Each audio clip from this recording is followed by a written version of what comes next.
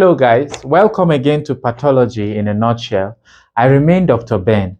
In our last video, we talked about the cell cycle and we classified cells based on their replicative potentials into labile cells, stable cells or quiescent cells, and permanent cells. Today we are going to just give a little summary about signal transduction and then we will move into discussing wound healing and tissue repair proper. Now, cells in a multicellular organism must communicate, must interact with themselves and also interact with their environment because there are certain signals that these cells need so that they can perform effective function. These signals are actually transmitted by the process that is called signal transduction.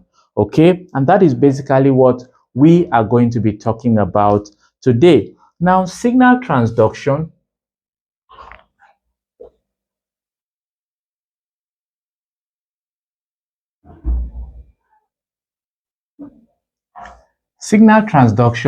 is simply how signals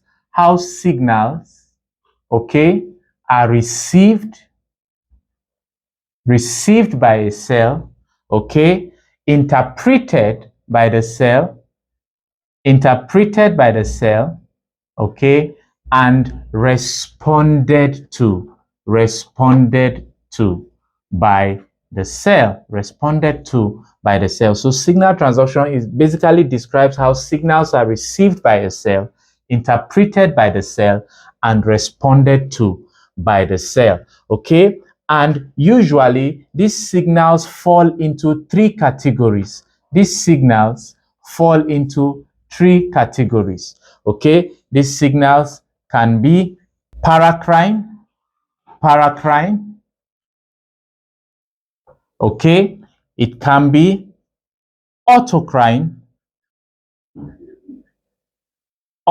signals, or it can even be endocrine signals. Okay, now paracrine simply means an interaction between adjacent cells. Okay,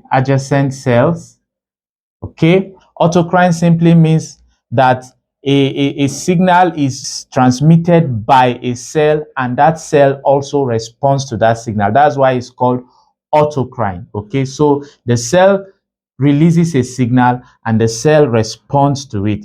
That is autocrine. And then endocrine means that the signal is released from one site and affects a cell, at a distant site. Okay, now for signals to be transduced, there has to be a ligand, which is the signaling molecule. This ligand must have a receptor on the cell that it binds to. Okay, this ligand must have a receptor on the cell that it binds to, and then this receptor must be able to activate signal transducers, or what we call secondary messengers.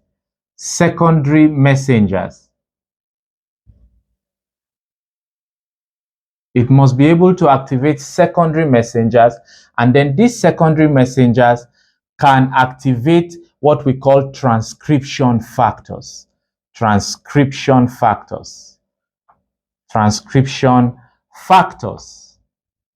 And it is these transcription factors that will move to the DNA and induce activation of genes. So gene activation, okay, to eventually bring about the desired response. Okay, now there are several receptors that have several ligands. These receptors can be on the cell membrane, that's the plasma membrane, okay, or they can be within the cytosol, okay, so they can be intracellular receptors or membrane receptors. And of course, they will have ligands that bind to them. And there are many ligands, okay? Examples of ligands that bind to their receptors include platelet-derived growth factor. Most times, growth factors are ligands, okay? Vascular endothelial growth factor, epidermal growth factor. All of these are examples of ligands. Sometimes even hormones, okay, are ligands. But most times, especially steroid hormones, their receptors are intracellular receptors, okay? And then there are several forms of receptors that we find on the cell membrane. Okay, some of these receptors have intrinsic enzyme activity, okay, like tyrosine kinase activity, kinase activities mainly. Okay, these kinase activities can be tyrosine kinase or non-tyrosine kinase. Okay, examples of receptors include G-coupled protein receptors, G-coupled protein receptors. We have frizzled receptors, frizzled, okay? We have notch, okay? And these are examples of the kind of receptors that we have on the cell. And these receptors, like we said, either will induce a kinase activity or they will cause certain perturbations that recruit secondary messengers. Secondary messengers like phosphoinositol 3 kinase, phosphoinositol 3 kinase, secondary messengers like RAF, okay, secondary messengers like RAS, okay, all of these are secondary messengers. And then these secondary messengers will activate transcription factors like MYC, okay, transcription factors like June, and even P53, a transcription factor. Okay, and each of these can translocate into the DNA, into the nucleus, and induce gene activation that will bring about desired response. Some of these desired response include cellular proliferation, proliferation,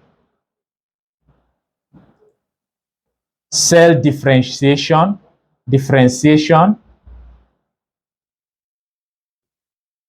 and of course release of substances that will induce certain activities. So that's basically a summary of what signal transduction is all about. And again, I'll just say that signal transduction begins with a ligand, okay? Ligand can be growth factors. They can also be hormones, okay? And then these ligands will bind to their receptors and activate their receptors. Some of these receptors are on the cell membrane, some of them are intracellular receptors, okay? And some cell membrane receptors, some receptors have kinase activities. And this kinase can either be tyrosine kinase or non-tyrosine kinase. Whatever kind of receptor it is that the ligand binds to, eventually the receptor will activate secondary messengers, and then these secondary messengers will in turn activate transcription factors that will move into the DNA, into the nucleus, sorry, and cause gene activation. And this gene activation is now what will eventually bring about the desired response, which could be cell proliferation, cell differentiation,